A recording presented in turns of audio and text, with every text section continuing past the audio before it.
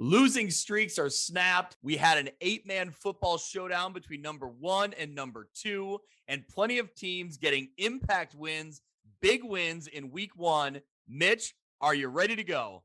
Yeah, let's get into it. Let's go. Talking Illinois high school football. If your goals are as high as you talk about, tonight you go out and just take one more step. It's a view from the West. And it starts right now! Welcome into View from the West podcast. I'm your host, Greg Armstrong, joined once again by Mitch Stormer. Mitch, we got one Friday night in the books. Yeah. We were all over Twitter. I was walking the sidelines at Monmouth Roseville and Monmouth United. Mitch, what was your Friday night like? Give me the rundown from your end. Yeah, it was crazy. It kind of forgot how much goes on in a very short amount of time here on Fridays in the fall. You know what was weird, Greg? Let me bring this up to you because I think you might have been to one of these games. What's with week 1 senior nights? What's going on there? There was saw LaSalle Peru had one, and I didn't know what that was about. There was at least 2 or 3 games that started an hour after everybody else because they were doing senior night stuff. I've never seen that. That is weird. I did notice that in the LaSalle Peru game in particular, and I don't know. I've never heard of that. So plenty of great football to talk about, and it was a beautiful night. Weather was perfect. You couldn't have asked for much better, at least from where I was at in Monmouth. I didn't see many other weather issues anywhere else that I looked at. So perfect way to start the season. And Mitch, we got plenty to talk about, but we'll start with what we call our viewpoints, our headlines. Yeah. So Mitch, I'll let you go first. And what kind of defines week 1 of high school football around here? Yeah, well, I'm going to give you more kind of a general kind of viewpoint here, as opposed to getting into any particular game, because for as much excitement as we have going into week 1 every year, right? And really every week, but certainly week 1, coming off of fall camp, these teams haven't played an actual game in a long time. I'm going to be cautiously optimistic in these recaps this week. I think you saw a lot of great performances, certainly, but maybe they were against an inferior opponent. Maybe some teams who didn't play well played against a really good opponent. So we're certainly going to take things as they, as they happened, and take them at face value, but with that little bit of caveat of, okay, it was just week 1. They haven't played in a long time. Or again, maybe they played somebody a little bit less inferior. So I don't want to think some of these running backs are going to run for 200 yards every single week. So again, excited to see some of these guys play. A lot of names that came back from last year, a lot of brand new names. So as the season goes on, I'll be excited to see how they progress, how they get better. And I don't think the teams that necessarily lost in week 1, that's going to be indicative of their season progress or season success. Then the flip side too, on teams that won, you never know. So I'm staying cautious here, cautiously optimistic with these week 1 results. Well, cautiously optimistic. I understand you stayed general in your headline, in your viewpoint. Yeah. Mitch, I'm going to go ahead and get very specific. Okay. My headline in week 1 takes me to 8-man football. Yep. And number 2 ranked in the state, Amboy, knocks off number 1 ranked Polo, the 2-time defending state champions. Amboy gets the win 28-12. We'll dive more into the game in a little bit when we get into our 8-man recaps. But I got to give them a shout out right off the top. I got to lead off with them. That's a huge win for Amboy and just a real statement win in what could be, that could be the most important game of the regular season in 8-man football and happen in week 1. Yeah, and may not be the last time these two teams play either because, again, like I was just kind of talking about, Polo lost. I don't think they're worse than the 3rd best team in 8-man. They might even still be the 2nd best team in 8-man. They could even be the best team in 8-man. You just don't know. But Amboy especially, they played so well last year at the end of the season. And then in the playoffs to get to, I believe it was the semifinals, I think they finally fell. But I don't want to say I saw this coming, but I knew Amboy was going to be really, really good. So yeah, we'll get into this game in a little bit and spotlight some 8-man football because this was a really good game. Yep, absolutely. To our 8-man football contingent, to our 8-man fans, stick around. We will certainly dive into that game because I think it's a huge impact win for Amboy. To anyone listening, also, I encourage you to go out, check out our Instant Reacts podcast. I joined the Score Squad. I joined Brian Stocking. I led with Brian Stocking. Dazzle's not going to like that. No. We met with Brian Stocking and Matt Randazzo, Corey Kuffler, and Camille Gear, the newest addition to the team over there. Yep. And you know how the Instant Reacts go, Mitch. It's things get a little punchy after we don't get done recording till about 11 or 11:30, and then we get going about midnight on this Instant Reacts. So it gets to be a late night, no real editing involved. Just kind of let the microphone go and see what happens. So those newsrooms can get a little loopy once the cameras are off and you're trying to digest all the football and such. So I've been there. Great episode, great reacts as always. And let's dive in a little bit more to what you guys talked about here. Yeah, so we'll dive in. And Mitch, when we're talking about headlines, if we're starting in the Western Big Six, the headline I think is the Alleman Pioneers. They snap their losing streak. They get the win 32-6 over Chicago Academy. Mitch, credit to them. That's been a well-documented struggle for the Alleman football program. And we talked about how much those kids deserve to walk off the field with a win. And they get one in week 1 on a Saturday afternoon. You know, star recruit Charles Jagasaw leading the way. Seniors Andrew Torres and Quentin Francesca rushing touchdowns in the first half. Junior quarterback Daniel Vandahidi also threw 3 touchdown passes. Great effort for the Pioneers. It's one of those stories that you feel good about because they were hurting. They needed a win.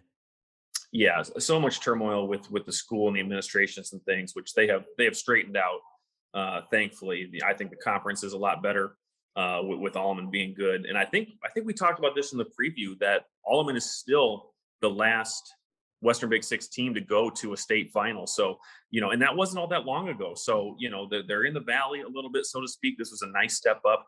A Saturday game too. We had to wait for this one. Looked like a beautiful day in Chicago. Alleman was on the road for this one. But yeah, like you said, this was a good opportunity for them to get a win. They went out and did it in pretty convincing fashion. This hopefully gives those players some confidence. A lot of games they had last year, they didn't score more than a touchdown. So this is certainly a turnaround here. And who knows that the Quincy Notre Dame game next week, depending on how they come out of their game against Quincy, and we'll talk about that in a minute, some injuries there. So we'll see. Alleman's going to have all the momentum in the world. And hopefully this isn't the last time we're talking about a win, because I don't think it will be. But regardless, great win for Alleman. Good for them. Good for those kids. Yep, good for them. It will certainly only get tougher from here. Their opponents will get bigger and tougher as the schedule goes on for the Alleman Pioneers, but that's no surprise to them. I mean, those players kind of know that, know what's coming. So see what they can do from here on out. But let's move along. LaSalle Peru gets the win at home over United Township 31-21.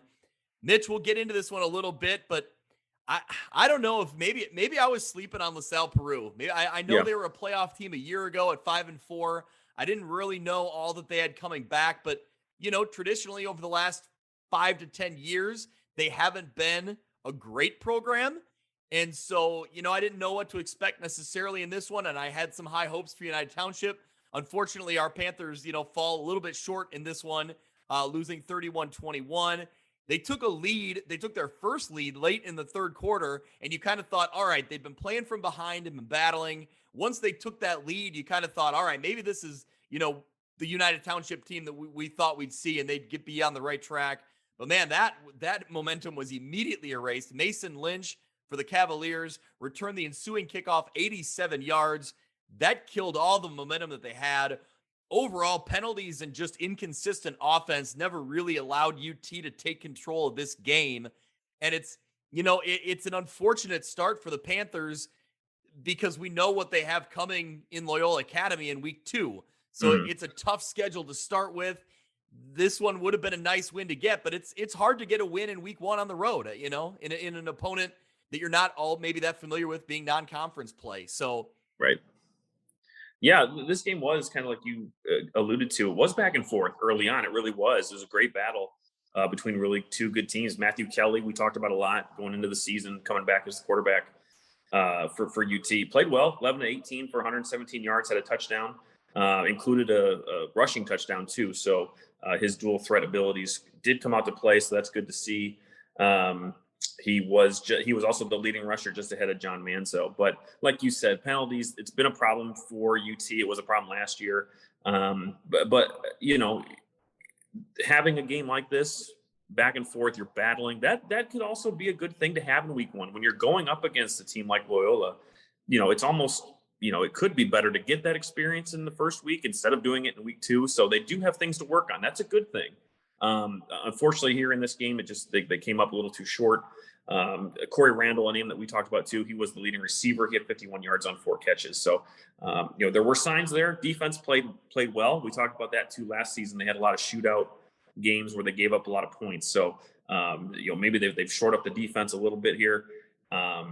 And just like we were talking about with Alleman, the season, it doesn't get easier. It really doesn't. And certainly for UT playing an 8A school next week. So they've got stuff to work on. I think they'll be able to turn this around. But they just got to keep working hard at this, and we'll see what happens here week 2 against Loyola. Well, Mitch, let's come back and let's meet on this podcast in 7 days. And we'll be talking about the upset heard around the state. Everybody's going to be talking about this game next week, and we're going to be the ones covering the upset. How about that? I'm all for it. I'm sure Coach Welch would be ready for us to talk about that too. So, all the power to UT. Go get them. Yep, exactly. All right, another tough loss for the Western Big Six. Galesburg falls to Dunlap 27-13.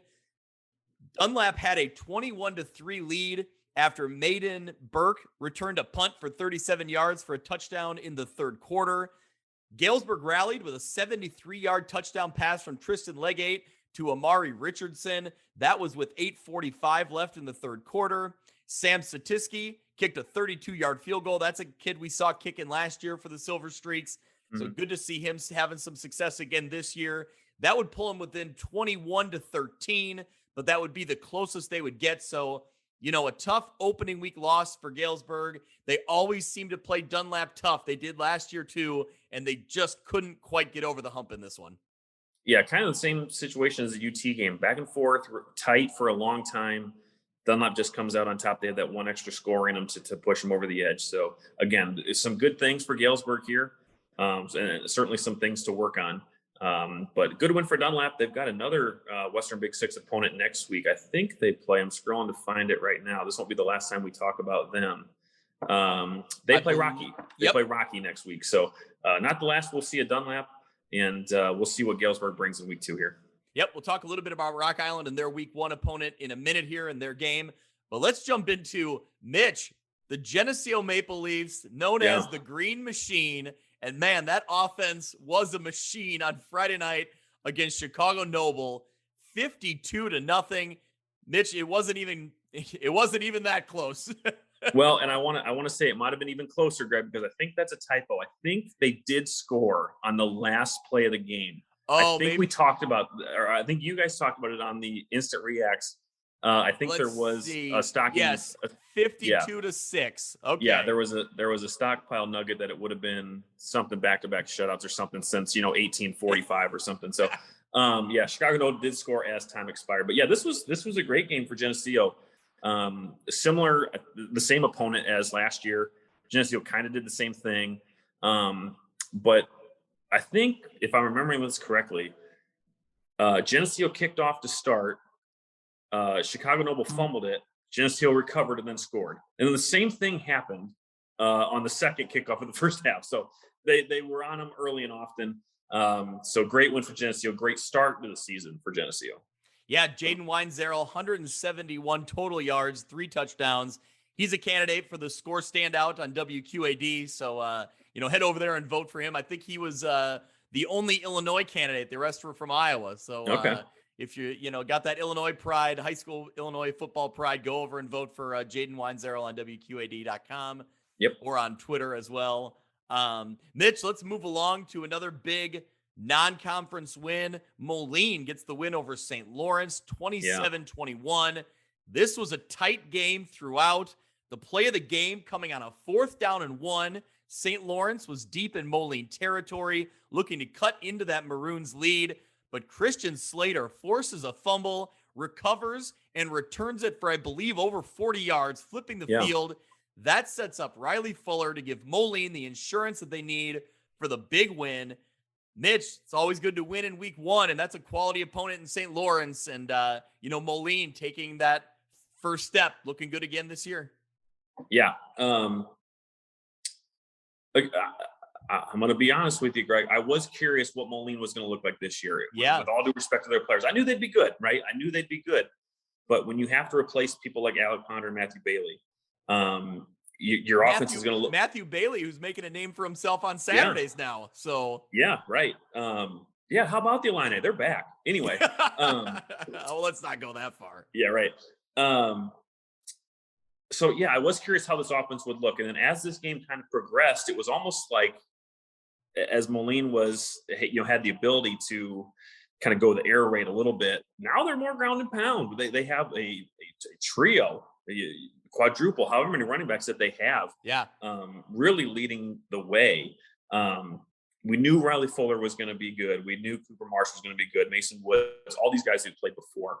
All three of them combined for just under 300 yards. So great to see that. Speaking of replacing quarterback, Grant Sibley came in, added 71 yards on the ground for himself. So this is a really good rushing attack. They were up to 346 yards on the ground on Friday night. So when you can control the clock like that, when you wear down your opponent like that, you're going to win these close games. So this was a good start for Moline. Glad to see it. And like you said, that Christian Slater play was awesome. So it's plays like that are going to make the difference. And it did so for the Maroons here. Yeah, that's a great win for Moline, and they look like they'll be, once again, one of the contenders in the Western Big Six. Let's move along to maybe one of the best rivalry games in the state of Illinois. I mean, just every time I see an image of this one, the atmosphere looks awesome, Yeah. Quincy versus Quincy Notre Dame.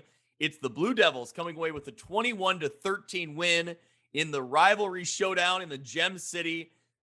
Sophomore running back Jarius Rice had 135 all-purpose yards, 2 touchdowns in the second half. One of them was the final dagger with less than 4 minutes left in the game. Quincy quarterback Jaden Little also hit him with a beautiful wheel route pass for 55-yard touchdown. So, that's a name we talked about coming into the season was would Braden Little be the starting quarterback?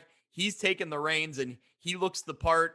And a new name for us, Jarius Rice, coming up and kind of making a name for himself in this game. Yeah, another Quincy running back making a name for himself and going to be around for a long time, making all the plays. So this is a play that this touchdown pass. It was a play that they said that they had kind of had in their back pocket, practiced all summer. An older play that they really hadn't shown in a while, but always one that you want to have in your back pocket just for that right moment. And it seemed like Rice couldn't have been more wide open. That's how unexpected it was. So great play call there. For Quincy Notre Dame, the quarterback, Jackson Stratton, I think we'll be talking about him a lot. He was playing really well in this game when it was tight, sidelined with cramps, as we do see a lot here in the early season. It looked hot there. It looked like they started this game maybe early. The sun was still pretty well out there, which made the scenes there even prettier, like you were mentioning earlier. This is a great uniform battle, by the way. So when the sun shined, it looked really good. So I expect Quincy Notre Dame to bounce back from this because they did look good. I think Quincy's going to have a good year. So this is a great game. Again, a crosstown rivalry, community showdown. This was great. This is exactly what you want in a rivalry game. So good for Quincy and to get this win. Yep. So Quincy gets the win in the rivalry game. Moving right along, it's Rock Island falling in their week 1. Again, for the second year in a row to Pekin in a non-conference game. Pekin gets the win 56-20. The 11th ranked Dragons returned a pair of 1,000-yard rushers. So we knew this would be a tough game, a tough test for Rock Island. And it's just, man, they can't figure out Pekin. Pekin's been tough 2 years in a row on them. Kane Tyler had 4 touchdowns, including a back-breaking 99-yard interception return that stopped Rocky's momentum early in the second half. A name we've talked about, though, Quintarian Brooks for the Rocks returned the opening kick in the second half, 68 yards to the house. So that's a good sign. But Mitch, once again, I hate to say it, but Rock Island's given up a lot of points, and that's a problem. Yeah, a problem last year, but if you stick to just their last 2 games, which again, the playoff game that playoff game is an anomaly, right? Yeah, But absolutely. it doesn't change the numbers. So with the 94 that were in that game, the 56 here, that's 150 points in the last 2 games for Rocky. So you know, got to get that shored up. Again, Springfield offense was unbelievably good. Yeah. Pekin is a very, very good offense. But Yeah. the problem for Rock Island is that they're going to see good offenses here in the Western Big Six. So something's got to get shored up. As you said, Quintarian Brooks is the spotlight here. He's going to have a great season. That kickoff return was electric. So they have sparks. They certainly do, but not the start that they wanted. And we'll see if they can bounce back here in week 2 against Dunlap. Yeah. Well, speaking of one of those offenses that Rock Island's going to run into later in the season, let's go to the Sterling Golden Warriors. Mitch, they get the win at home 40-6 over Lake Villa. Golden Warriors scored 34 first half points to cruise to victory. So you talk about wanting to get off to a good start, getting off to a fast start. Sterling literally did that. They looked good right from the get-go. Yeah, this was impressive, right? This was, I don't want to say it's unexpected because I really don't know much about Lake Villa, but with everything that Sterling went through last year, the injuries and the players just, you know, playing different positions, this, that, and the other thing, to see what Cale Ryan did, to see what their new guy, JP Schilling, did, I'm a fan. I'm a really big fan of what these guys did. An incredible 1-2 punch. And then you're not even talking about Antonio Tablante yet, which is just, you know, an incredible offense to have. So, this was a really good win for Sterling. Again, if you're taking things from week 1, which I'm trying not to do, but really, really looking forward to Sterling and Moline this year. I think that's going to be that game might take 30 minutes of game time with the way that those 2 teams run the ball. So, this was a great win. AJ Kest, another name that played last year a lot and got hurt. So we talked about what Sterling brought back this year.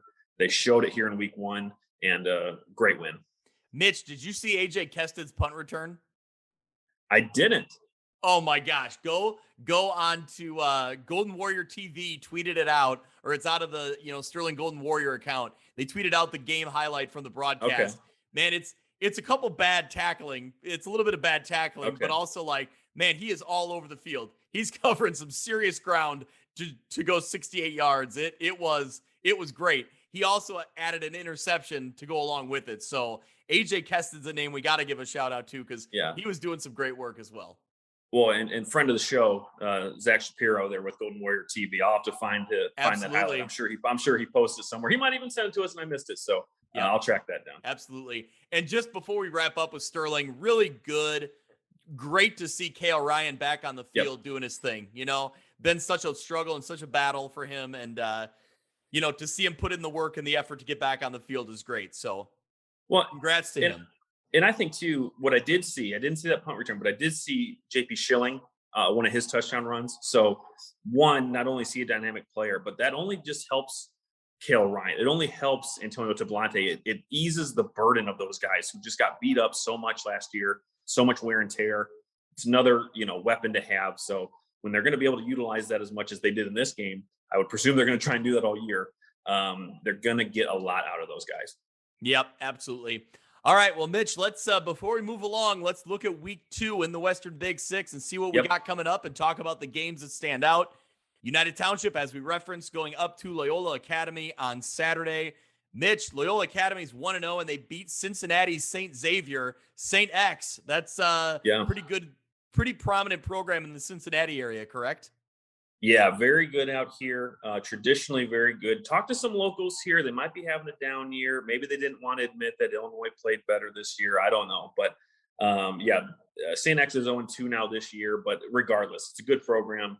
That game was on ESPN. Loyola beat the brakes off of them. So UT, we talked about it too. UT's really going to have to play really, really good against Loyola. And hopefully they have some things that they can take away from. Or we're talking, like you said, about an upset victory. Yep, absolutely. Galesburg is hosting Harvey Thornton on Friday night. Geneseo travels to Grays Lake Central. Moline is at Bennett Academy. Quincy is hosting Alton. Alleman is hosting Quincy Notre Dame. Rock Island is hosting Dunlap, and Sterling is hosting Wheaton St. Francis. So non-conference games again for the Western Big Six.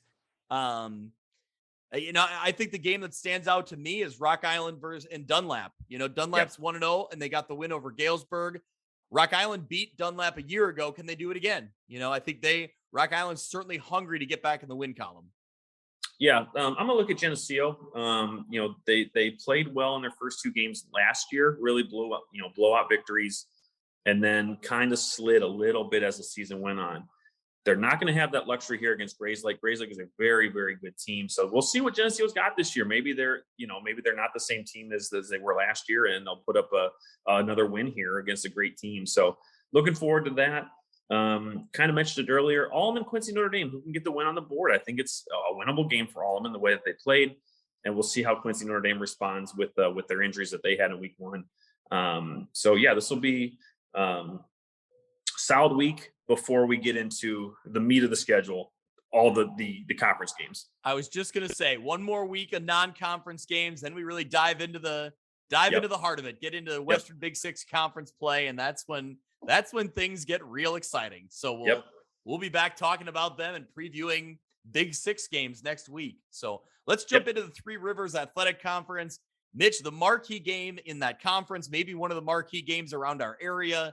Yeah. Monmouth-Roseville hosting Kewanee. It's the Titans coming away with a 22-16 win. It's a little bit of revenge for the Titans. Last year, they went to Kewanee and got beat pretty handily, 42-8.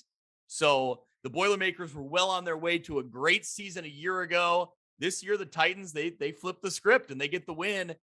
Boilermakers grabbed a 7-0 lead in this one early. Titans would answer with a touchdown, but fall short on the 2-point conversion. So that made it 7-6 at the half. I was at that game. That was the game I covered on Friday night. Briefly talking to Monmouth-Roseville head coach Jeremy Adolphson before he was heading into the halftime locker room. You could sense frustration, and you could sense that, he kind of said as much, that we can play better than this. We're a better football team than this. We have to show it. We have to play better than this. And overall, the second half, they did. They made plays that they needed to make. The defense stepped up with big stops and got an interception, which essentially sealed the win. So a great win for the Titans. And, in a game that I think is 2 of the better teams in the Three Rivers. And it's almost a shame they have to meet in week 1, because this could be a game that's week 7 or 8 with a lot on the line. But, it is what it is, week 1 game.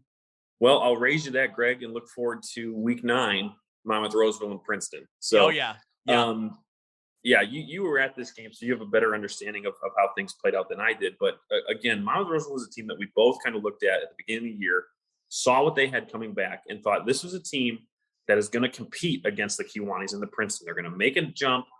They're going to compete for the outright title here in the Three Rivers and make a run in the playoffs.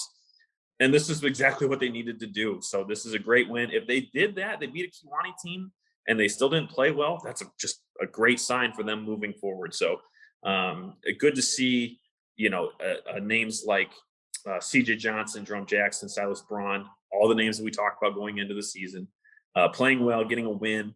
And again, if they keep this up and that week 9 matchup with Princeton happens the way I think it will, boy, what a massive game that'll be. Yeah, no kidding. Now, Mitch, I do need to make a formal apology here on the podcast. Okay. I hope that Jerome Jackson is listening, because I mistakenly wrote my script with Jerome Johnson because along with CJ Johnson, they both had great games for the Titans. So I got a little tripped up in my script writing, and I wrote the name Johnson twice. So my apologies to Jerome Jackson. He looked electric on Friday night. Looks like a real game-changing type of athlete on the field. Combine that with CJ Johnson and Silas Braun. This was, the Monmouth-Roseville team that we thought, we might see. They looked really good, especially in the second half. I think that sometimes teams are still trying to figure some things out in week 1. I think we did see that a little bit from both of these teams. I think that Brady Clark for Kewanee is stepping in at the quarterback position. I think there's pieces they're trying to get into place. Boilermakers are well coached, by Brad Swanson. They'll be back. They'll be right in the mix. and Monmouth Roseville also looks the part. I think they'll be in the mix as well. So, we'll see what happens. A lot of football left, but Mitch, you've already kind of called it out. That week 9 game is really, really intriguing. Princeton gets the win in week 1. We'll move on right along to Princeton. Yeah. They get the week 1 win over Rockridge, 41-22. Tigers' Brady Byers had a pair of clutch plays in the first half. That really set the tone, a 35-yard interception return and a 49-yard touchdown to push Princeton to a 21-14 lead at the half. And then Mitch in the second half, Tegan Davis steps in. He's the man. He takes over, scoring 3 times, including an 85-yard touchdown on the first offensive play in the second half. You also had a touchdown from Augie Christensen. So, just a great effort from the Princeton Tigers. And, it's no surprise. They're every year in the last 4 or 5 years, their name is in the mix. They're always a good program. Yeah, this was a game I was intrigued to see what Rock Ridge would bring to the table. Obviously, they were so dynamic last year. Lost some key players, brought some back, maybe playing in a different position than they were last year. They did throw for 3 touchdowns, so they do have that aerial, attack available, especially against a Princeton defense who's really, really good. So this is kind of what I was touching on in my viewpoint, where this does not, this is not going to be what Rock Ridge's season is like. This is just a really tough week 1 opponent in Princeton. But speaking of that Princeton defense, Greg, this is a key update that I want. Yeah. I don't know if you saw this. Did you see this or not? I did not see this. I just read the note right now. We're going to have to tweet it out. I can't believe I didn't do this. Princeton now has a turnover chain. Oh, is that like the first in our area? Do we know of any other teams? It's gotta be. Because I certainly haven't seen one. It's a turnover chain. It's chain link. It's a blue, probably sheet metal or something. It's got the tiger on it. It says Princeton turnover chain. So I think it was Brady Byers who was rocking that thing on the picture that I saw. So that's going to be present on the sidelines all season. It's no UNLV slot machine, but I did see that too. Yeah. So, but yeah, that's going to, I think with how good this defense is, we're going to see a lot of that this year. Yeah. Well, Brady Byers certainly deserves to wear it. He had a game for himself. So, Princeton getting the win 41-22. Mitch, some non-conference action in the Three Rivers. Bureau Valley goes on the road and falls to Villa Grove 33-13. Tight game early on in this one as Mason Gosens scores a pair of touchdowns for the Storm, but Villa Grove was able to pull away. Mitch, what I did see from this game, the Storm falls short on the field, but man, they are winning. They are winning some pride around the state, or at least getting some recognition. The tweet after the game from Villa Grove's head coach, I think he was quoting the janitor who he had talked to. And the quote was, "Never in my 20 years have I ever had a team bring their own broom and mop and clean up after themselves. I walked into the locker room and was shocked. All I had to do was shut the lights out. It was spotless. Them boys was amazing." Yep. So huge credit to Bureau Valley, to Coach Matt Pistol for, it's cliche to say do it the right way. Yeah. But man, this is a really cool story. And it just kind of shows that sometimes there's bigger lessons to be learned than, some of the X's and O's or what's going on the field. Yeah, I imagine, and again, this is not taking away from BV because I don't think this happens at the high school level, but I think there are examples of this happening before. And where I'm going with this is I think the military academies are notorious for this. Okay. Their college programs when they do it. And I think they have a saying, I think it's an Army saying, leave it how you found it. Yeah. So if you walk in when it's clean, you're going to leave it clean. That's a very, very good lesson for any program to have. So kudos to the Coach Pistol, to Bureau Valley for kind of bringing that mindset. Bringing their own broom. I love that. So good for them. And even in defeat, you like you said, you keep the lesson there, and they're gonna take that. Lessons like that with them further than losing this football game. Yep, absolutely. I saw some quotes from Coach Pistol from an article that Kevin Hieronymus wrote from the Bureau Valley or the Bureau County Republican. And, Coach Pistol said, we stress that you're never above doing small things and the details matter. Leave things better than you find it, which is kind of what you said, to go along with that. And he also added that, we need to be a lot better on the football field, and that begins and ends with me, this being Coach Pistol. And he said, but I can sleep at night knowing that we're developing great young men, and ultimately that is the number one goal. So credit to him and credit to his players for, kind of having the right mindset and taking pride in themselves and what they do. Yeah. And just a quick side note, obviously this game is being played because Riverdale did not field a varsity team this year. Yep. I did see that Riverdale and Bureau Valley were playing their JV game tonight. So good to see Riverdale on the field this year. Just a quick shout out to them for trying to make it, the best out of a bad situation. So I did see that going on tonight as we record. All right. Sounds good. Well, we'll go into another game. This one kind of a wild shootout a little bit. Yeah. Erie Prophetstown gets the 54-34 win over Mendota. Two playoff teams from a year ago. Erie Prophetstown coming away with the win. After opening the game with a Justice Huff touchdown, Jace Grunder scored 5 touchdowns, and Tyler Ballard added 2 more in the fourth quarter to give the Panthers the edge. So a lot of offense for this Panther football team. That's got to be a good sign in week 1 to be scoring that much. Yeah. Another team that we, like when I was talking about with Rock Ridge, how was this offense going to look this year? They were so dynamic. They were so good last year. So how are they going to make up, what they lost? So, as I was following this game on Friday, it just kind of kept popping in. Touchdown Grunder, touchdown Grunder, touchdown Grunder. So they've obviously found their star back there. For the Panthers, for Mendota, they pretty good on the ground too. Anthony Childs ran for 278 yards and scored 3 touchdowns. Another team we wondered how their offense was going to look. They replaced a quarterback. They replaced some guys on the line, and played pretty good, I think. So good for both of these teams to get off on a good start. Again, Mendota, although with the loss, I think they did some good things. And Erie Prophetstown, just that offensive machine just keeps on rolling. Yeah, absolutely. So Erie Prophetstown and Mendota, 2 teams that we kind of had questions on. They were playoff teams a year ago. We kind of wondered what they were bringing back. 2 other teams I think we had questions about because they were down last year. They weren't playoff teams, that being Orion and Hall. Yep. They met up in week 1. It's Orion coming away with the big win, the convincing win, 42-12 over the Hall Red Devils. Chargers put on a great show Friday night, really executing well on offense, defense, and special teams. They really put it together in this one, and that's a really positive sign for this Charger team, getting a big win and kind of maybe answering some questions early in the season here. Yeah, we knew Cole Krasper was going to be good. Of course, he had a big game for the Chargers like he always does. Kale Filler looked really good on the highlights that I saw from this game. But we talked about the special teams. Orion led 28-12 at the half, and Drake Gunn, a name that we did talk about. I think that was a name that Coach Filler talked about as maybe a playmaker for them.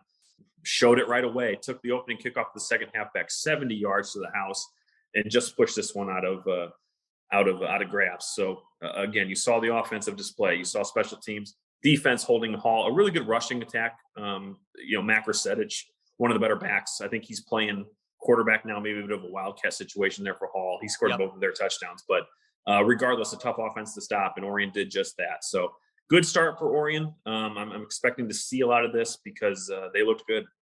Yeah, I'm interested to follow, Kale Filler stepping in at quarterback. Yep. It's Chip Filler's son, and he's a freshman coming in to try to lead this offense, and he had a great start, against this Hall team.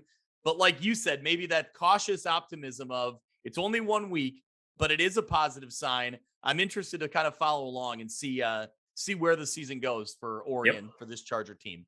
So, Mitch, moving along to St. Bede and Sherrard, the Bruins get the 28-14 win over Sherrard. St. Bede quarterback John Brady, a guy we talked about a lot in the preseason, he made the plays, scoring all 4 touchdowns for the Bruins, rushing for 230 yards on 32 carries, also completing 7 of 16 for 122 yards.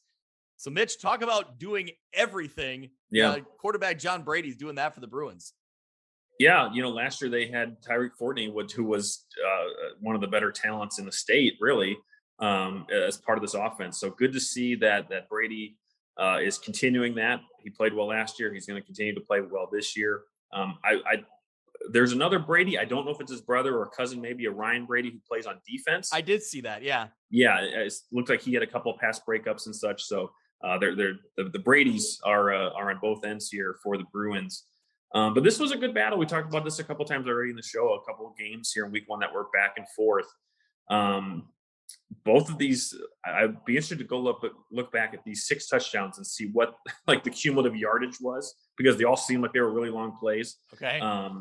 So the way, Sherrard, the way they playing Peru St. beat a really tough Peru St. B team, a playoff team from last year, playing them tough. It's a good start for them. The quarterback Holland Anderson threw for both TDs for the Tigers, connecting with Carter Brown and Kyler Schmidt for long scores. So again, you come away with a loss, you do some good things on offense there. In a tight game against a good team, you can take away a lot of good things from that. And we'll see how Sherrard responds here in week 2. Yeah, I think it's a good start for Sherrard and see if they can take any positive momentum away from that game and keep it moving and maybe translate that into a win. That's a team, a program with Coach Brandon Johnston that they're hungry to turn it around, and it's not easy, but it just takes that one win, to get that positive momentum, build that confidence. They look great, right? Yeah. The uniforms are great. So we talked about the special season that they're going to, commemorate with the decals and such on the helmets. The uniforms look great. So another shout out as we always can on our UniView talks, we shout out the good uniforms. So shout out to Sherrard on this one. Yep. One more game to get to in the Three Rivers Athletic Conference. That's the rivalry between Newman and Morrison. Newman gets the win 28-6. Mitch, this was a tight game through halftime. Yep. Newman was only up 6-0 at the half.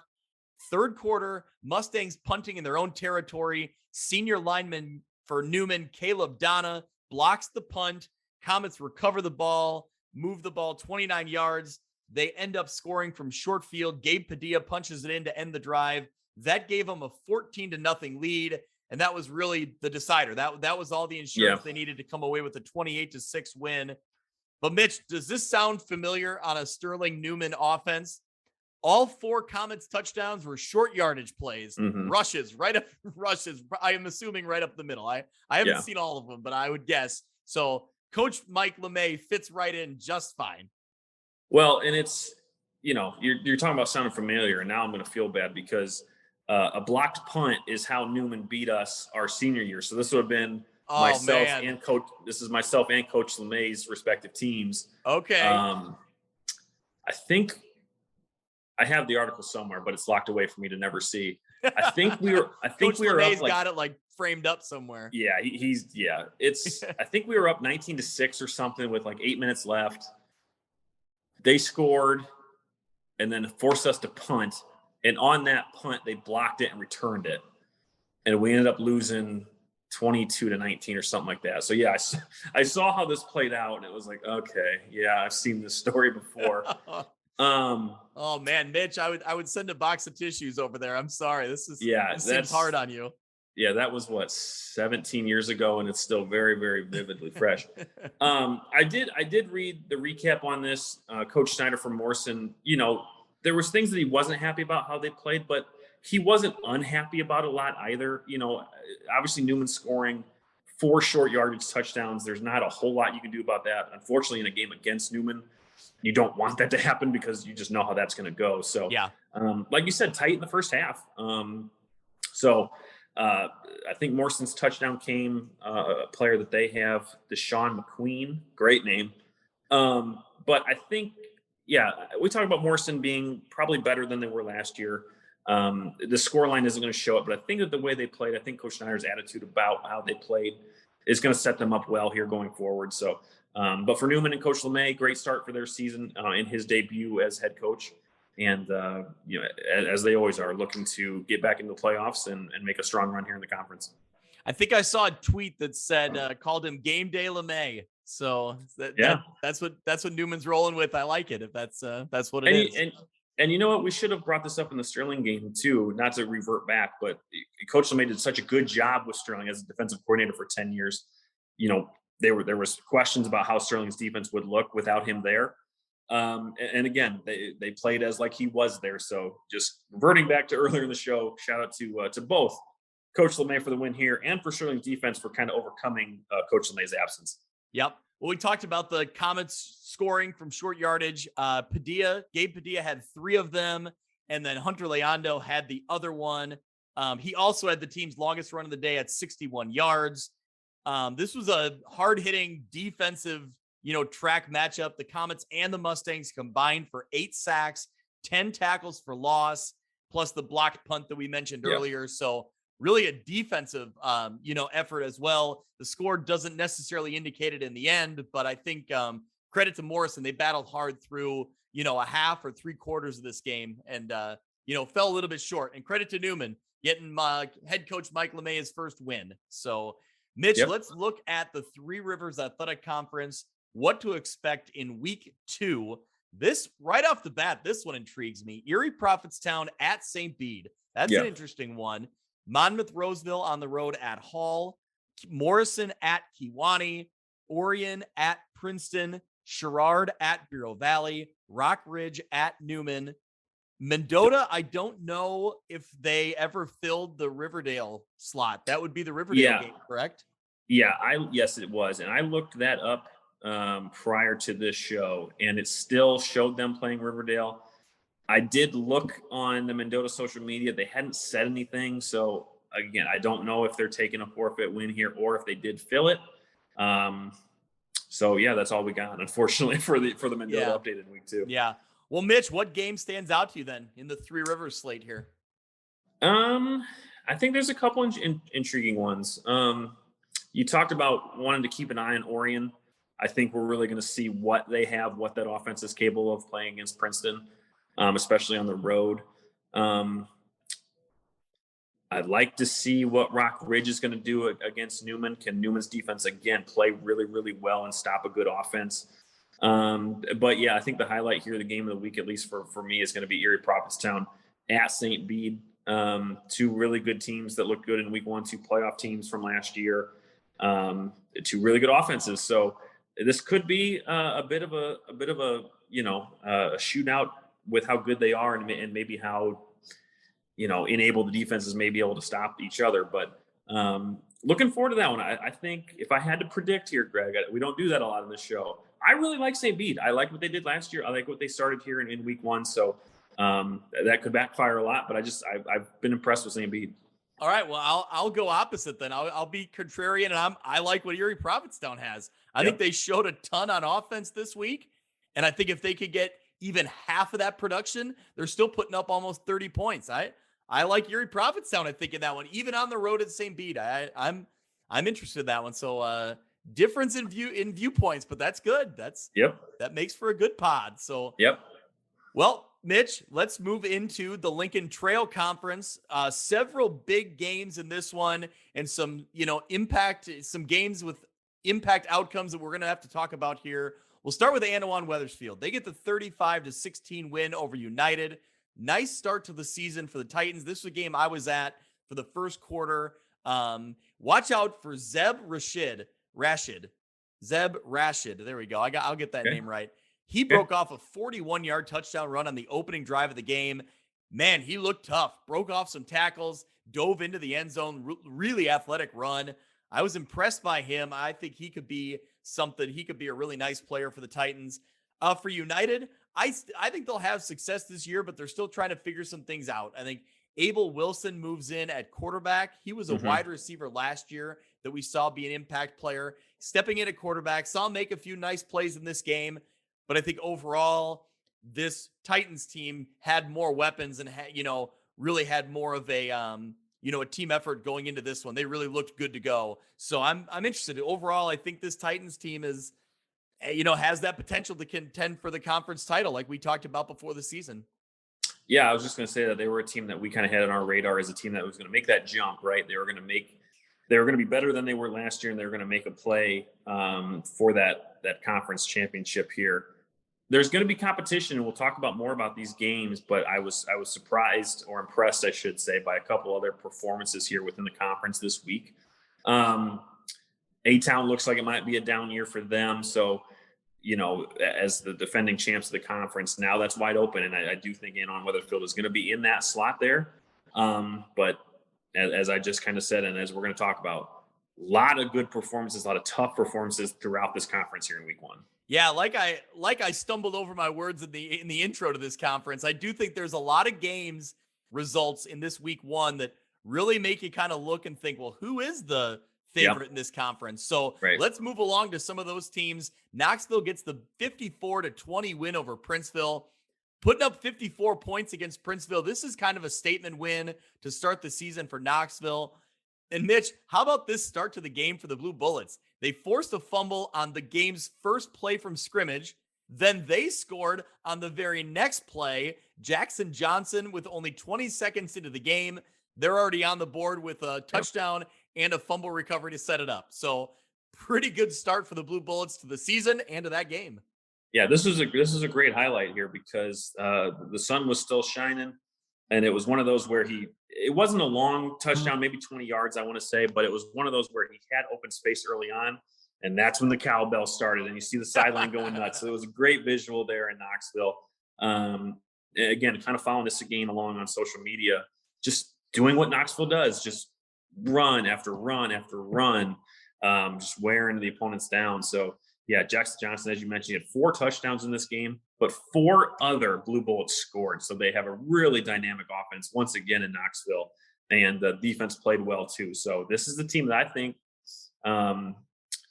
were they co-champs last year? I think it was with A-Town. I believe so because Regardless, they're a top team in the conference. I expect them to still be there. So this was a good start for them against a good Princeville team that always plays games oddly tight, always low-scoring games when you play Princeville. So Knoxville bucks the trend on that one. So good start here. Well, speaking of good starts, that's what Andrew Hofer wanted for his Mercer County Golden Eagles. They wanted to start better this season than they did last year and that they have in years past.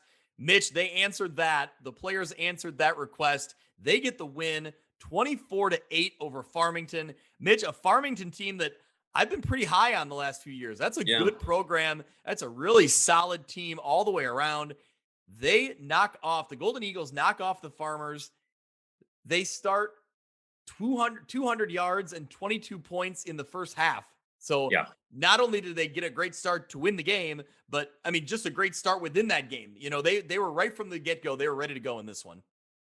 Yeah. And really continuing their success from last year. They had that rough start, right? They lost big to Farmington and forfeited their second game. So good rebound here for Mercer County. And again, just coming off of that playoff season from last year where it started so poorly for them.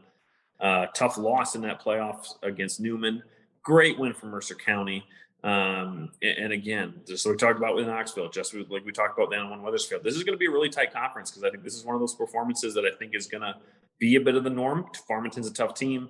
I think Stocking had put a year when the last time Mercer County had beat them. I think it had been a couple years. So good for them to get over the hump here and get this win.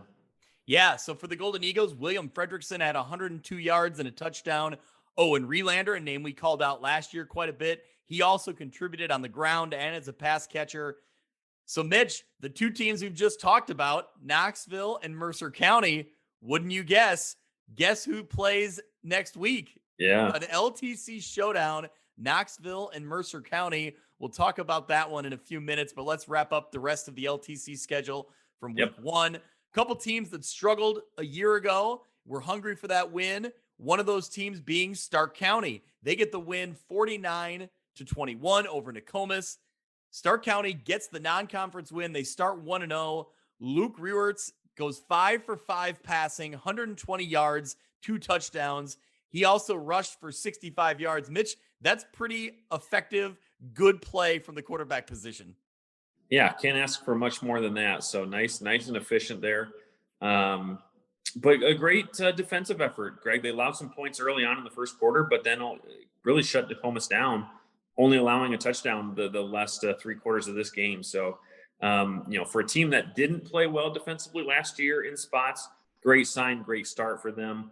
Against a good Nokomis team. I think they went to the playoffs last year. So good start for Stark County here.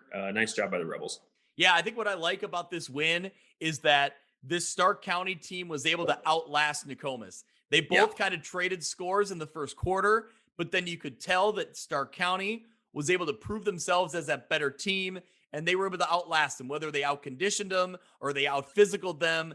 Whatever way they had to do it, I think it's an impressive sign that you're able to outlast that team, come away with what ends up being a pretty convincing win. So a great start for Jay Nord and the Rebels. That's a program that, they certainly want to be, winning more games than they're losing. It's as easy as that. They want to get back into that conversation in the Lincoln Trail Conference. And, you got to win the first one. So it's a good start.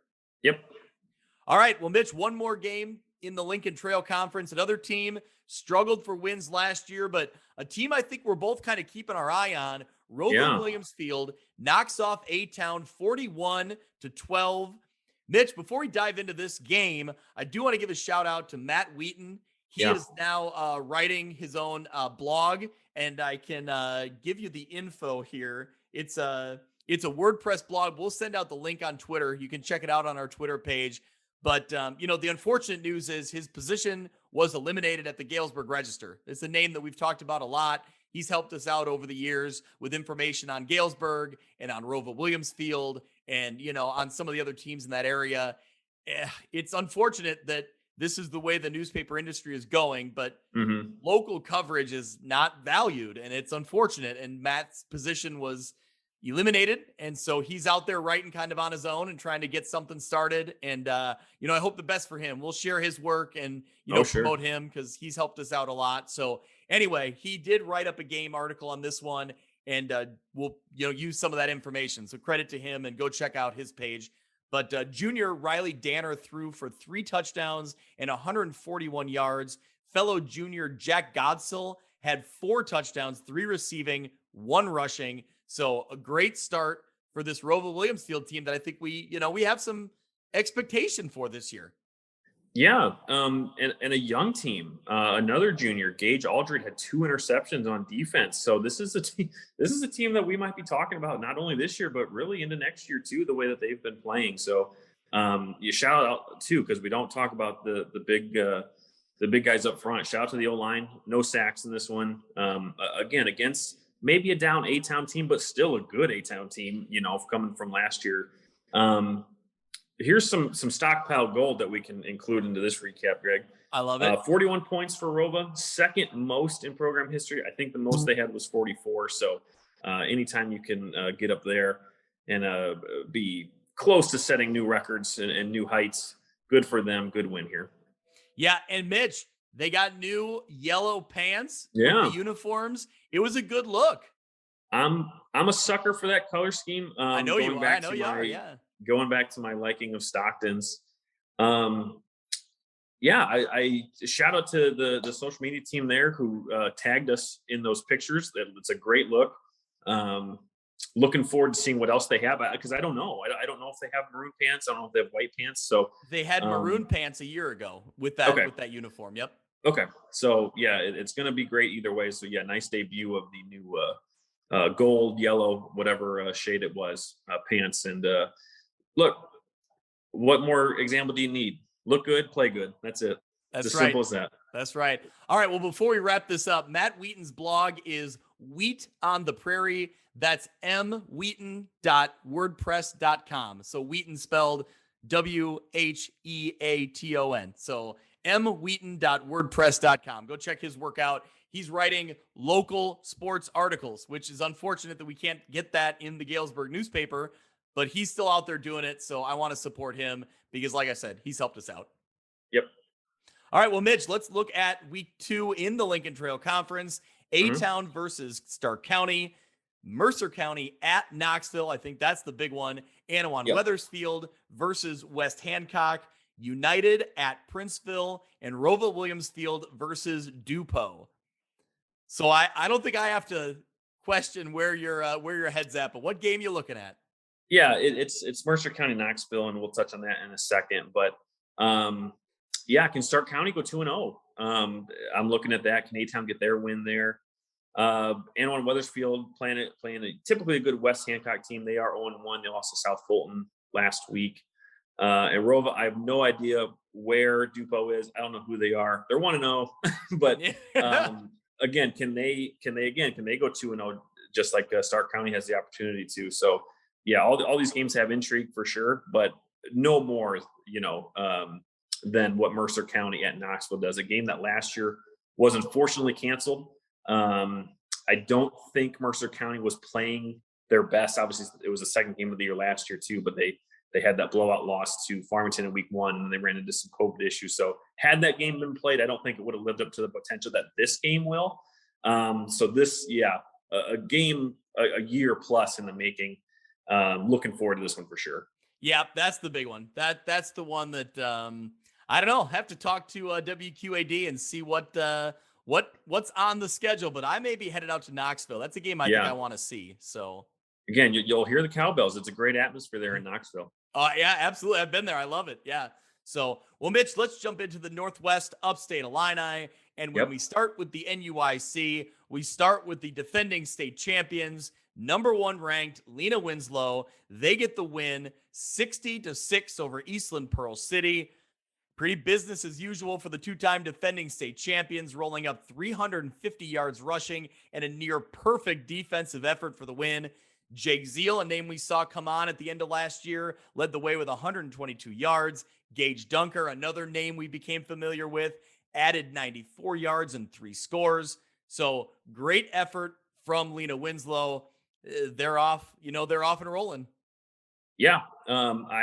We got the stats from Kyle Kampmeyer of NUIC football right after this game. And the first thing I looked at was that they only threw 3 passes, and one of them was a touchdown. So that's some good efficiency for new quarterback Drew Streckwald there at Lee Wynn. And like you said, it's just business as usual. This is as much as I've said throughout the show that I don't want to take always, much stock. I will here because this is what they do. I expect this all season from Lee Wynn. This is not a fluke by any means. So they just reloaded, they didn't replace, they just reloaded. So good win here, and good to see that Lee Wynn going to be worthy of that number 1 ranking. But as we'll talk about with some more teams, even within the conference, there's going to be competition this year. No doubt about it. Yeah. Well, let's talk about some of that potential competition. Forreston, number 6 in the state, gets the win 44-14 over Stockton. Cardinals scored early and often in this first half, amassing 30-0 lead in the season opener over the Blackhawks. Johnny Kobler rushed. I'm going to say Cobbler for the sake that that's a great name. Okay, sounds good. He rushed for 120 yards with 2 scores. And again, here we go. It's that multi-attack from Forreston rushing game. Caleb Sanders, Lucas Nelson, McKeon Crace, all added to the rushing attack and scored for the Cardinals. So this ground attack for this Forreston team is always so multifaceted. There's always a host of names we're calling. This is no different today or the other day. Yeah, let's see. Well, we named off 4 names. And I think they have 15 that could run, at any point in time in their offense. So as much as we talk about Lee Wynn, kind of business as usual, same thing here with the Cardinals. So a great win for them. I don't know when they play Lee Wynn, but it's kind of shaping up to be that's going to be a pretty important game in the conference. But again, we still have more teams to talk about just within the conference. So, but a great start here for Forreston, and looking forward to seeing what they do from here. And I still think Stockton is going to be a team that's going to make some noise. I still think they're going to win some football games this year. I think that they just ran into a tough Forreston team who's proving themselves to be where we always kind of think Forreston will be, and probably up near the top of the conference. Mm-hmm. So, speaking of teams that that are tough in this conference that we always kind of look at up near the top, Fulton 31-12 win over Galena. Stout defensive effort from the Steamers, only allowing 105 yards on the night, including 11 yards in the second half. So, Mitch, this defense for the Steamers really making a name for themselves in week 1. Yeah. Coming off of last year's playoff season and a great first season in the NUIC, they're kicking it off once again here with a great win against Galena. For as good as the defense was, their offense was good too. They tallied 419 yards on the night, paced by Ryan Eads, a senior running back for them. 120 yards rushing, 48 yards receiving. But Greg, I saw some videos. They got a kicker there in Volton. Yeah. So Andy Quinage, a name we referenced last year a little bit, he's got a leg on him. He can kick. Yeah. 44-yard field goal, tied the school record. And now that comes after a week ago in their scrimmage game, in their pep game to get the season started. He kicked a 50-yarder. I think it was 54. Yeah. Wow. Geez. So yeah, that's exciting. That you don't see that very often when you start getting to the smaller schools in Illinois. Yeah, not at all. So, and speaking of that, one of the Galena's touchdowns came on a blocked field goal attempt. So he could have added 3 more points for Fulton. Pirates blocked it. Sam Eaton, he returned it 55 yards, and then had a kickoff return touchdown. So special teams for Galena played well. Just ran into a really good Fulton team here. So good start for the season for the Steamers. Yep. Well, let's talk about some more really good football teams. Dupek gets the 53-6 win over West Carroll. Not exactly the welcome back for the Thunder. The West Carroll Thunder took a year off last year because of varsity numbers. Man, this was a tough test. We knew it would be. Yeah. The defending NUIC champions proved why they are that. They looked really good in this one. They exploded for 27 points in the second quarter. They pulled away and did not look back. 363 team rushing yards. Big shout out to their line, Mitch. That's where it all starts for this Dupek Riverman team. 7 touchdowns on the ground. AJ Mulcahy exploded for 235 yards and 5 touchdowns. So, Mitch, I think that there's some interesting dynamic in this Dupek team, and we'll see as the season plays out kind of how their offense runs. Yeah. I saw some highlights of Mulcahy in this game. He is not the quarterback, but he will play in the Wildcat formation for them. Yeah. I will say to our friends of the show at Dupek, and maybe they weren't showing a whole lot in this game, it was very obvious when he was in that Wildcat formation that he was going to keep the ball. So maybe they do have some versatility there. Yeah. He's a tremendous athlete. So I'm sure that they do. They run the show way better than I ever could. So, but in this game in particular, he was unstoppable. 235 yards, 5 touchdowns on the ground. So again, Dupek, a team that maybe had a little bit of a change in offensive identity from last season. Not as much, at least not in this game, of an aerial threat. Really played really well on the ground. For West Carroll, like you said, they took a year off. A bit of a dual threat quarterback there. AJ Boardman was a bright spot here. He threw for 90 yards and rushed for 79 more. Receiver Aaron Becker hauled in the lone touchdown for the Thunder. So always tough to have a first game back from a year off. Even tougher when you're playing the defending champions of the best small school conference in the state. So we'll see what they can do this year, because arguably they've got one of their tougher games out of the way already. So, but good start for Dupek, no doubt about it. Yeah, good start for Dupek. And I think, like you said, it'll be interesting to see if Cooper Hoffman steps in at quarterback, but then maybe we just haven't seen that yet, that's coming. Yeah.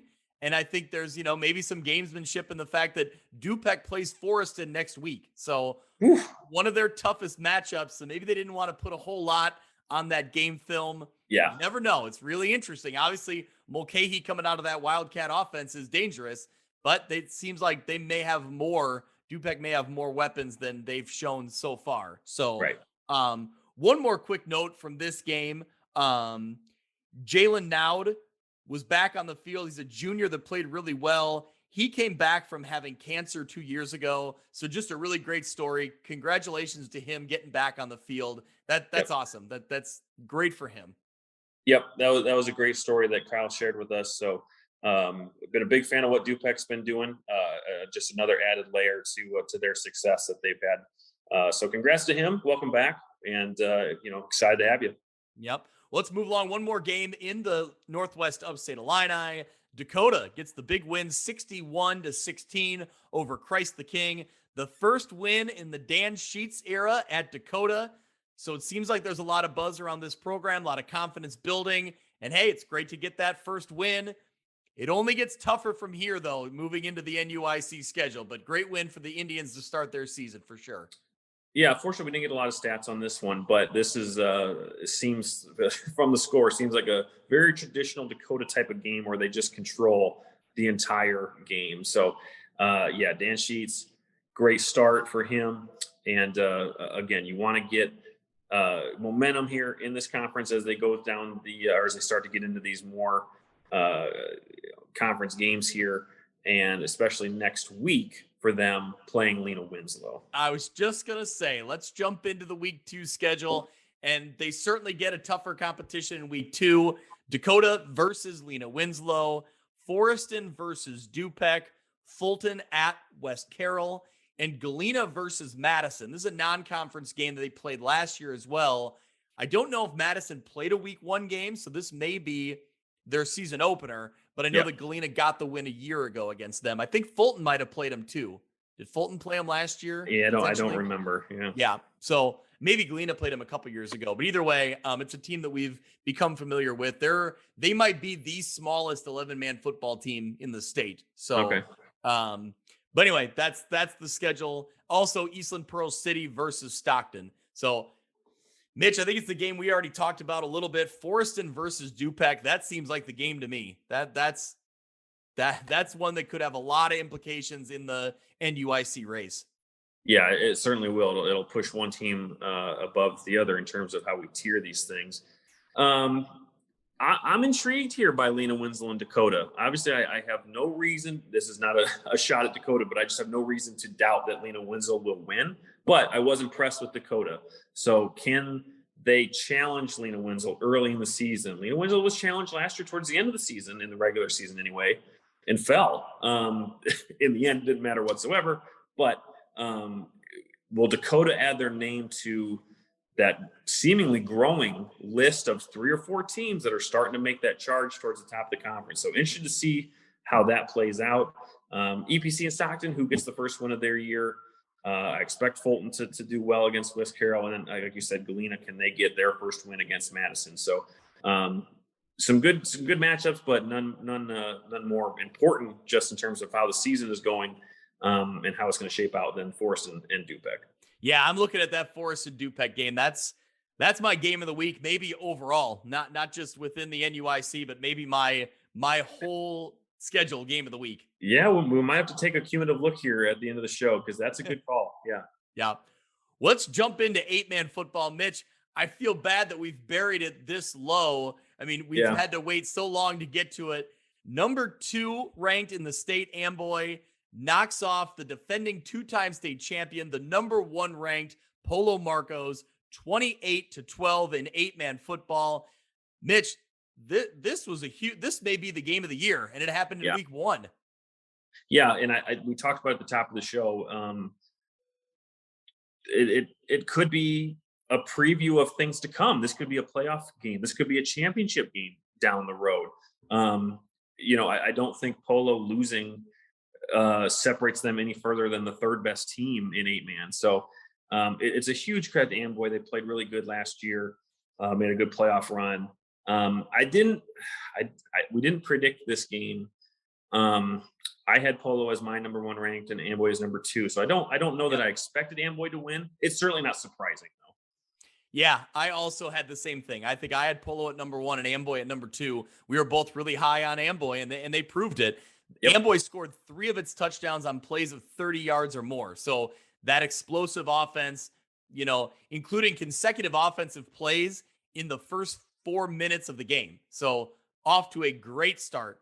Yep. Clipper quarterback Tucker Lindenmeyer finished with 74 yards, 2 scores, 3 for 6 passing, also ran 8 times for 76 yards and a touchdown. He was a difference maker last year, and he's back again, making difference for the Clippers. For Polo, I mean, it's the names we've talked about. They had great efforts. Avery Grenoble finished with 82 yards, 2 scores. And we had Brock Soltow, 10 rushes, 60 yards. So, still productive. That's a good Polo football team. And, man, they ran into a really good Amboy in week 1. Yeah, we talked about how quickly they can score on offense, but it's a really tough Polo team to stop. So credit to the Clipper defense here. Because Grenoble, Soltow, that whole crew, as we mentioned previously, the 2-time defending state champions here in 8-man, and shut them down. So great start for Amboy. I expect Polo to be back, and maybe not the last time we've seen this matchup. Yeah, you're right. You're calling it. It very likely this matchup happens again in the playoffs and maybe deep in the playoffs. Yeah. So let's look around 8-man football. Some other results. South Beloit gets the 42-36 win in 4 overtimes. Whew. So what a game there. What a dramatic game to open up the season. South Beloit comes away with the win. Milledgeville over Orangeville, big 46-8. Yeah. Huge shout out. Congrats to Kason Johnson. This is his first game back from Milledgeville after a broken fibula he suffered in week 4 of the 21 season. He scored 3 times on special teams touchdowns, Mitch. 3 special teams touchdowns for Johnson. That really led the way. Also for the Missiles, Connor Nye had an efficient day. 4 for 6 passing, 107 yards, 1 touchdown, also ran for a score. So that's a name we talked about a lot last year. He's back in the mix. Milledgeville looks really good. They're also a team that's in that potential, top tier with Amboy and Polo, I think. Yeah, and even the 2 teams we're going to talk about here that got wins in week 1 too. I think this is going to be a more competitive 8-man season, I think, where you saw Polo kind of taking the reins, and Orangeville last year too, kind of running through the season. They got the title game. Now I think you're going to see Milledgeville play better. You're going to see Amboy playing better, obviously already. West Central put up 60 this week. Ridgewood got their debut win. So I expect a lot more competitive games, some mixed results, and then ultimately at the end of the year, a really good playoff. Yeah, well, you just referenced it. Let's run down some of the other scores. The big ones that stood out to me: West Central gets the win 60-32 over Bushnell Prairie City. They're a team we've been high on, and they're not, they're outside of the NUIC area, but they're an 8-man team that this looks like it's really poised to be their year. I think they had 60 at half. Wow. I think I texted Kyle that it was like 60 to, I don't know, something at half. So yeah, very impressive there for the Heat, right? Yes. Yep. The Heat. Yeah. So they get the win, and another fellow LTC 8-man team, Ridgewood. They get their first win in 8-man football in their first game. They win over Galva 54-14. So credit to Coach Elder and their players for getting that first win.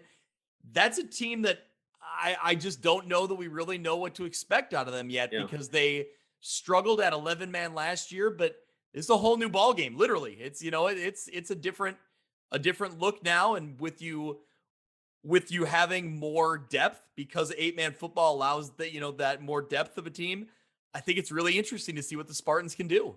Yeah, and look no further than Amboy, because that was their first year last year in 8-man, right? There you go. Yep. So they caught on very quickly, and now you see that they're going to take over the top ranked teams in the state rankings. So yeah, maybe they fit right in. You just never know how this is going to go. So maybe they've got a handle on things with Coach Elder there.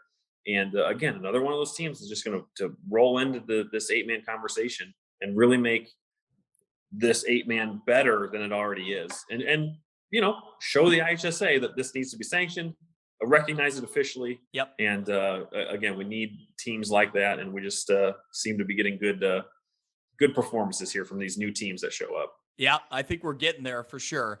Let's look at the a few of the matchups around 8-man. Amboy is at home against Hanover River Ridge. We got Ackwen goes on the road to Milledgeville. That's an interesting one there. Okay. And we should mention Ackwen lost a heartbreaker in week 1, 39-38 against Scioto West Prairie. So they look to bounce back against Milledgeville. You have Orangeville will go on the road to Polo. So a tough test there for Orangeville. Rematch of the title game. That's true. Yeah, you're right. Yeah, you're right for sure. So West Central, as we just referenced, they will go up against West Prairie, the team that is 1-0 that knocked off Ackwen. And then Ridgewood will be at home against Bushnell Prairie City. Galva will be at home against Peoria Heights. So there's a few of your 8-man football for week number 2. All right. Mitch, before we wrap all this up, I kind of want to go around and, inform our listeners a little bit about what else is going on around the state. I think it's important for, as much as we talk about what's happening in our area, I think, down the road, eventually, if our teams make the playoffs, there's some names, some teams we're going to run into that might be nice to kind of follow along. So, and just anything else that kind of stands out to us, fun storylines or, kind of things that make you do a double take. So Mitch, I'll let you take it away. What are some of the things you found around the state? This was one that came up early and often on Friday.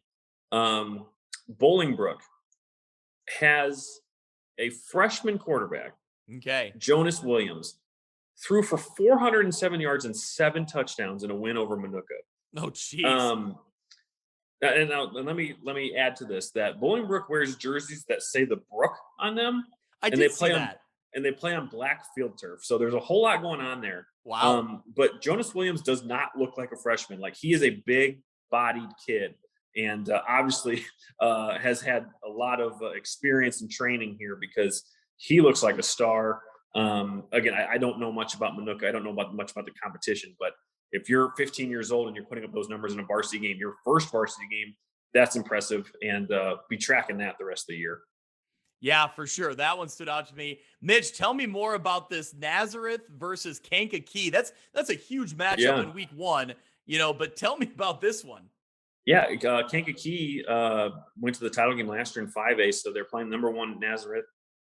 And it was maybe a type of game you expect to see from the 2 ranked teams in 5A, but the result, at least score-wise, was not.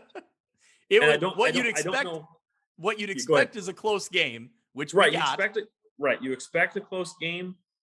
You don't see a 2-0 game very often. No. I don't know when the safety occurred. I have no idea, but I saw that. Unbelievable. 2-0. I believe I saw a 2-0 game a couple years ago. I believe it was. Was it a Northwestern game? No, that was not. That'd be always a strong candidate for that. No, it was Mid-County and Ridgewood a few years ago in the LTC. It was real wet, real sloppy. Yeah. And I believe that Ridgewood went for a game-winning field goal in the rain, in the slop. They couldn't get it. And the final was 2-0. So I have seen one before, but not very often. Yeah, unreal. Moving into Reed Custer on the opposite side of the spectrum here. We talk about a 2-0 game. Yeah. They win 67-0, which was a school record for them in terms of margin of victory. But maybe more impressively, and again, I don't know against the competition that they were playing against, probably wasn't that great. They allowed negative 43 yards on the night, which ranks as the 12th best defensive performance in IHSA history. I can't believe that's only the 12th best. Yeah, right. Well, it was like when we were talking about the Rock Island playoff game last year, all the records that they set, and they still weren't even like the top playoff scoring games. It's like, how did that happen? Yeah. Negative 43. I don't know what the best is. I should probably try and track that down.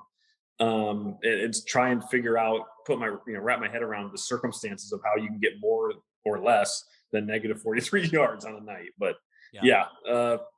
good start for Reed Custer, I suppose. Yeah, absolutely. Mitch, one more game around the state that caught your attention. I think it caught a lot of people's attention. The Leonard Bowl. Tell me about that.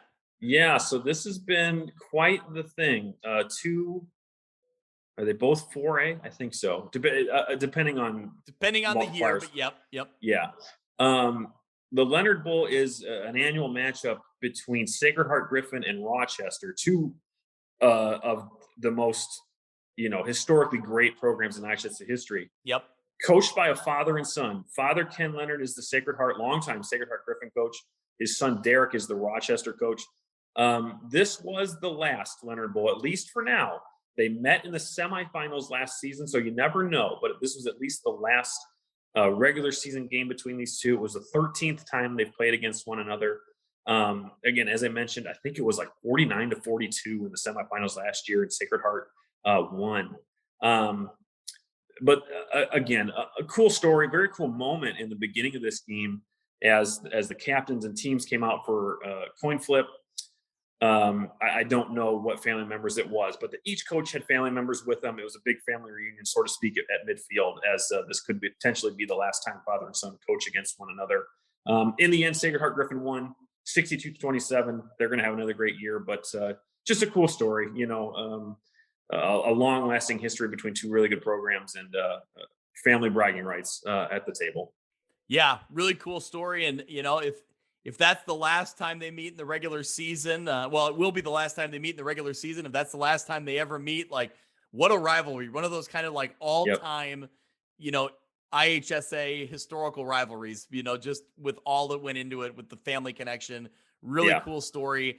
Last year's game was phenomenal to watch and to awesome. follow along with. So I know we both watched it last year. So congratulations to Ken Leonard on an amazing career, and see what he can do to finish this up. It's a good start, a good start to the season for him.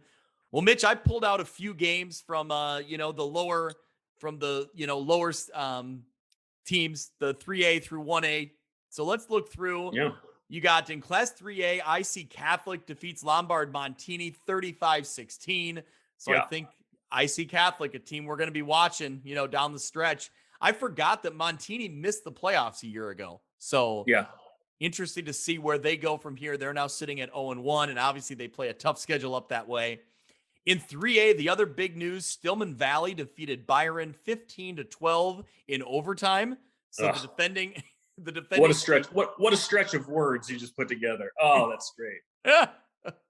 So the defending state champions in Byron go down 15-12. Stillman Valley. You talk about classic rivalries. Stillman Valley and Byron feels like that should be a quarterfinal, semifinal game every November, So well, and we were talking last week about the good Addison Driscoll teams. If you go back into like the late 90s, early 2000s, those Stillman Valley teams, like you were not going to beat them. They were unbelievable. So I got wind of this game late as it went into overtime. I saw it, and just like the headline, just like I said to you, that stretch of words, Stillman Valley and Byron are going to overtime. That's must-see TV. It's great. Yeah, that was a great one. Other news in 3A, Wilmington gets the win over Marengo 32-26. So tight game. The defending state champions in Wilmington get the win 2A. there. They were in 2A a year ago, correct? Yeah. Yes. I guess Kyle had them listed. We have them listed at 3A in our polls, I think that's, again, one of those that it's a weird enrollment thing. I don't know where they're going to, or if they get multiplied up. I'm so confused on some of those rules, but they're in 3A at the moment. They might play 2A playoffs. Who knows? Yep. Another game that kind of stuck out to me, Maroa Forsyth gets the huge win over Pleasant Plains, 61-12. So that's another one of those programs that we always kind of look at in Maroa Forsyth, and they haven't been quite at that top tier that they have been, but they're never really that far out of it either. They're always right there. Yeah, a perennial representative of the South in state championship games. I know that they played against Morrison one of those years. I know that they've won a couple and been runner-up in a couple. So, good to see them back, and expect to see them doing much of the same this year. Yeah, in our poll that we run, or that we assist with through NUIC Football, Kyle runs the poll through NUICfootball.com. In his Class 2A rankings, he's got Maroa Forsyth up at number 3. Okay. So we now have Maroa Forsyth up there at number 3. IC Catholic, getting back to them, they're number 1 in Class 3A. Wilmington is in our 3A bracket in our 3A class at number 2. Princeton at number 3, Byron at number 4. So talk about some heavy hitters in that Class 3A rankings, according to NUICfootball.com. That's some real big time names there. Let's get into Class 1A, Mitch. A few big games that stood out to me. Camp Point Central defeats the Class 1A runner-up from a year ago in Carrollton, 43-0. I like Camp Point Central. I liked them last year. I like them again this year. On the NUICfootball.com Class 1A poll, now after week 1, they're up at number 4. So they're definitely a team to watch for down that way. I think I've had them at 2 the last 2 weeks. So we knew that they were going to be good. I was not expecting this. And again, I don't know what Carrollton has this year. Obviously, they were so good last year, but I think they did graduate a lot of talent. But Yep. anytime that you can defeat the defending runner-ups in such a good class like 1A by 43, that's a good indicator of how your season might go. So yeah, great start here for Camp Point Central. Well, that was my thing, is not that they won the game, but how they won the game. Such a big, score differential. So that one stuck out to me. Also in Class 1A, Tuscola's 1-0. They're ranked number 8 in Class 1A, according to NUICfootball.com. They get the win over Arcola 30-13. So that's a rivalry game right away in week 1, and Tuscola gets the win. Mitch, there's another name for you, Tuscola. Like, you always just kind of think they're hanging out, and they haven't been maybe the top of the top tier in the last few years, but they're never far off, Yep. So one more game, Mitch, we're going to get to. We got to talk about my Marquette Crusaders. They get the win over Aurora Christian, 26-20. That game came down to the wire. A great football game in Ottawa on Friday night. It came down to 21 seconds left. Alex Graham, the quarterback from Marquette, hits a 35-yard pass to Logan Nelson for the game-winning score. Mitch, you saw the highlight. Yeah. Talk about a remarkable throw. Yeah, on the run, rolling right, and throwing against his body, throwing back the other direction. Yeah, so anytime you're doing that and can sling it that far is impressive, and then you add in the elements of what was on the line, the time left. So was it 20-20 when that happened, and did they miss an extra point, or were they down? I believe it was tied at 20. Okay. Yep. Okay. Yep. Yeah, doesn't diminish anything. But yeah, Aurora Christian, a playoff team, every year. So this is a great win for Marquette. And yeah, awesome play from Alex Graham. Yep. So when you're looking at the NUICfootball.com poll, Marquette is at number 6, being at their 1-0 start. They have an interesting start to the season. They play some tough games. So this win against Aurora Christian, but then moving down their schedule, their first 4 weeks are all at home. Okay. But next week they have Chicago Christian, who's 1-0. They play Deer Creek Mackinac, so they play DMAC. And then they play Anawan Wethersfield in week 4. So 4 home games, but a pretty tough stretch there. 3 out of those 4 games are really formidable opponents. So curious to see what they can do and how they run this stretch, because they have a lot of talent returning from a year ago. And by the time we get down to that game in week 4 against Anawan Wethersfield, I believe it's homecoming for Marquette. Mitch, I'm going to have to go back for that one. I'm going to have to get some highlights for Anawan Wethersfield and send it back to the Quad Cities, but I'll be there to watch that one for sure. Well, and they've got new navy pants, right? Is that what I saw? Yeah, so they were wearing kind of the all navy blue look. So navy blue pants, jersey was navy blue, and then the gold helmet as always. But yeah, it was a different look, and kind of getting some inside information. They have some white pants, they have the blue, and then they have the traditional gold pants. So it's, they're getting all Oregon Ducks on me here, so. Yeah, looked a great look, no doubt about it. Yeah. Well, Mitch, I think we've talked it all through. I think we've discussed all there is to talk about. We have an exciting slate of week 2 matchups. I'm excited to get going, and we're 1 week closer to all the conference games. I know most teams are playing conference games here or there, but conference games will really be in full swing in about week 3. So we're getting there, but a lot of exciting football.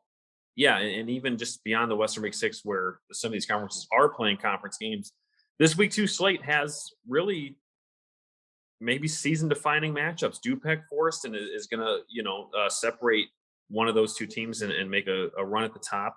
Same thing with Knoxville, Mercer County, and the Lincoln Trail, and St. Bede and Erie Providence down in the Three Rivers. So yeah, a lot on the line even here in week 2. So I think we'll have just as exciting games to talk about here next week as we did in week 1.